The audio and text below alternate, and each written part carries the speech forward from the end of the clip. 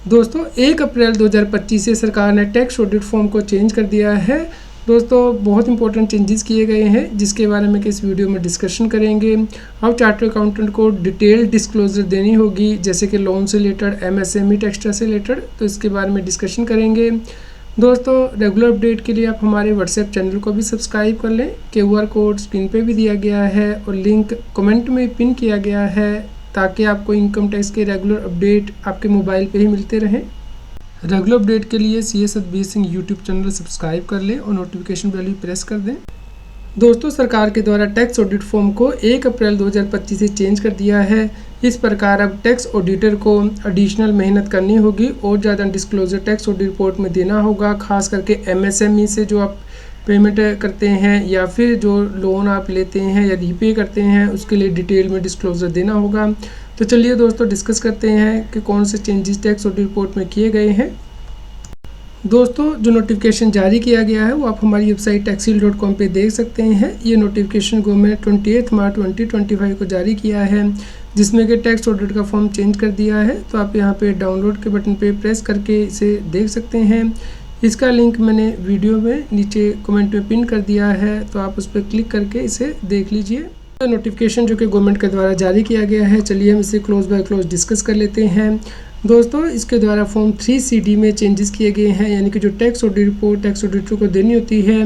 दोस्तों close number 12 में जहाँ पे प्रिजम्पटिव स्कीम टैक्स पेयर की वो मेंशन करनी होती है, तो यहाँ पे अब क्लोज 44BBCB अब इंसर्ट कर दिया गया है, यानी कि नॉन रेजिडेंट के केस में जो क्रूज शिप होता है उसके केस में आप ये प्रिजम्पटिव स्कीम ले सकते हैं, तो इसका भी अब टैक्स ऑडिटर को मेंशन करना होगा।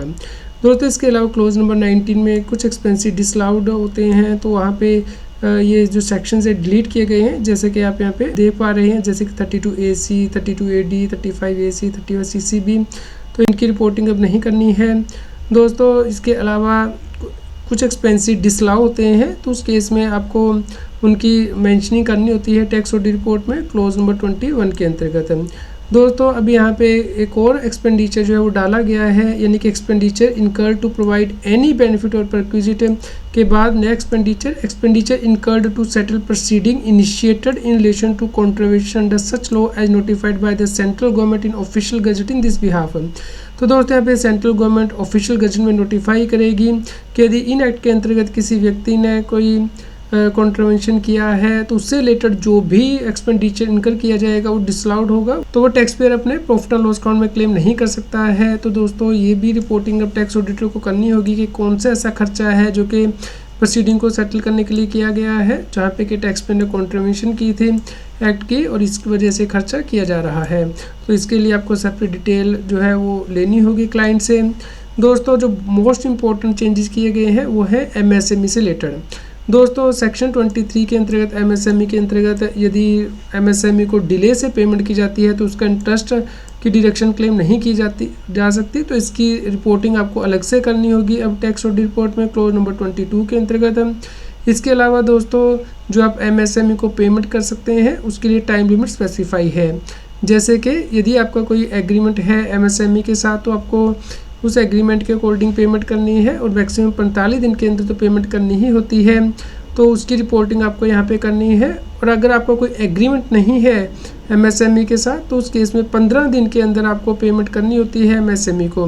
तो यहाँ पे आपको बताना होगा टोटल अमाउंट जो कि MSME को पे करना है और इसका बाइफर्केशन भी आपको देना होगा कि कितना आपने विद इन टाइम पे कर दिया है MSME एक्ट के सेक्शन 15 के अंतर्गत, यानी कि एज पर एग्रीमेंट, या फिर एग्रीमेंट नहीं है तो 15 दिन के अंदर। और अगर आपने पे नहीं किया है विद इन सेक्शन 15 के अंदर जो टाइम लिमिट दी गई है, तो जो इनएडमिसिबल अमाउंट है वो आपको यहाँ पे सेपरेटली रिपोर्ट करना होगा। तो इस प्रकार अब गवर्नमेंट ने यहाँ पे सेपरेट रिपोर्टिंग आपसे मांग ली है MSME से रिलेटेड।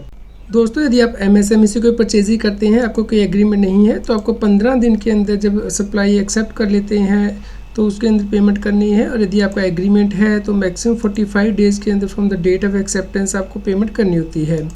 दोस्तों आप यहाँ पे देख सकते हैं, मान लीजिए आपने 1 अप्रैल को सप्लाई एक्सेप्ट कर ली है तो 30 डेज़ का क्रेडिट पीरियड आपका एग्रीमेंट में मेंशन किया गया है, तो आपको 30 डेज़ के अंदर अंदर पेमेंट करनी है। लेकिन यदि 60 डेज़ का मेंशन किया गया है पीरियड, लेकिन आपको 45 डेज़ के अंदर ही पेमेंट करनी होगी, क्योंकि MSME एक्ट कहता है कि विद इन 45 डेज़ मैक्सिमम आपको पेमेंट करनी है। तो ये ड्यू डेट हो जाती है और यदि आपको कोई एग्रीमेंट नहीं है तो विद इन 15 डेज़ ही आपको पेमेंट करनी है। तो दोस्तों इसके अकॉर्डिंग अब आपको डिसअलाउंस कैलकुलेट करनी है। मान लीजिए आपने सप्लायर ए से कोई सप्लाई लिया 30 मार्च 2025 को, 30 डे का क्रेडिट पीरियड है जो एक्सपायर हुआ 28 अप्रैल को, तो आप 30 अप्रैल को पेमेंट कर रहे हैं। तो आप एज पर सेक्शन 15 पेमेंट नहीं कर रहे हैं विद इन टाइम, तो जब पेमेंट करेंगे उस साल में आपको एक्सपेंडिचर मिलेगा पेमेंट बेसिस पे, यानी कि फाइनेंशियल ईयर 25-26 में। आप इसे फाइनेंशियल ईयर 24-25 में क्लेम नहीं कर सकते हैं जो परचेजेज आप कर रहे हैं MSME से। इसी प्रकार जो नेक्स्ट सप्लायर है उसकी डेट ऑफ एक्सेप्टेंस 25 मार्च है, तो यहाँ पे विद इन 45 डेज़ आपको पेमेंट करनी है।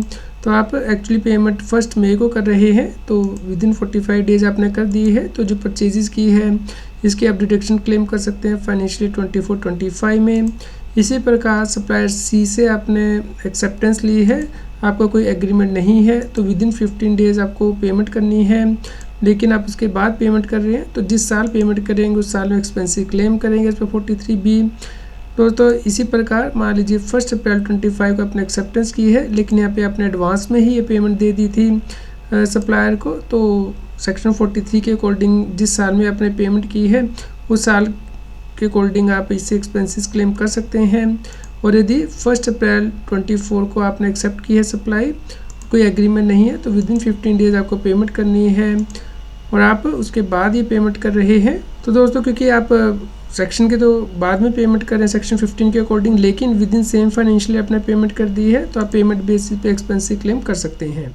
इसकी रिपोर्टिंग यहाँ पे करनी होगी कि टोटल अमाउंट आपको कितना पे करना था MSME को सेक्शन 15 के अकॉर्डिंग, और उसमें से कितना अमाउंट आपने विद इन टाइम पे किया इस पर सेक्शन 15 और कितना उसके बाद पे किया है।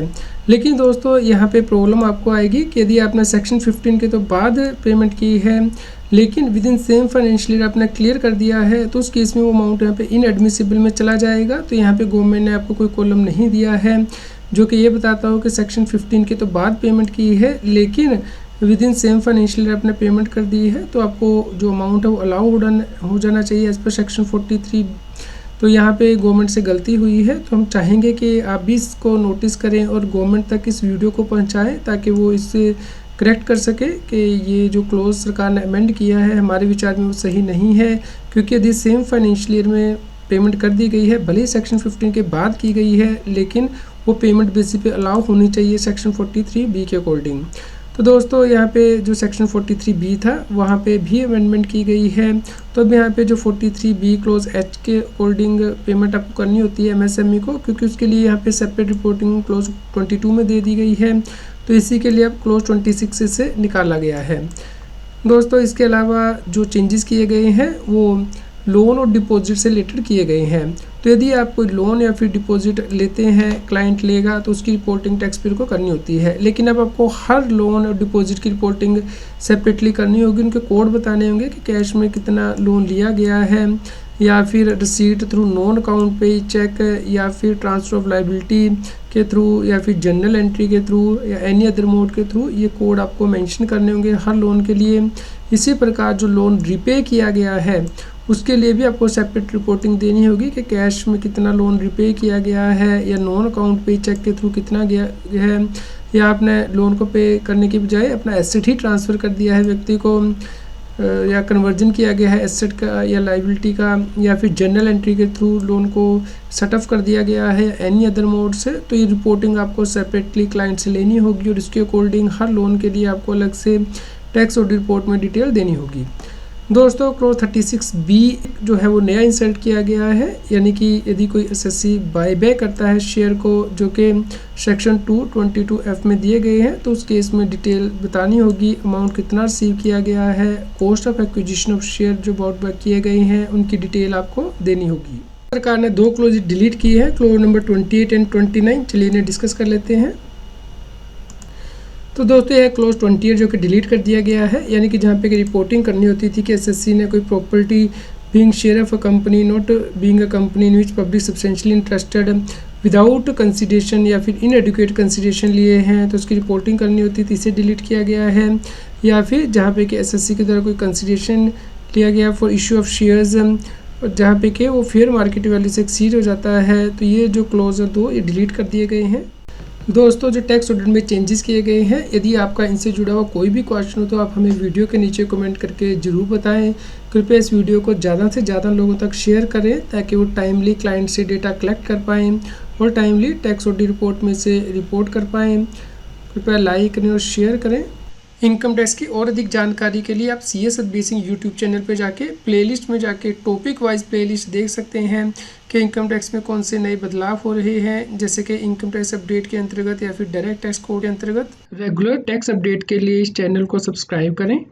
आप हमें Telegram app CS Satbir Singh टैक्सिल पे ज्वाइन कर सकते हैं ताकि आप GST और इनकम टैक्स के रेगुलर अपडेट अपने मोबाइल पर ही प्राप्त कर सकें।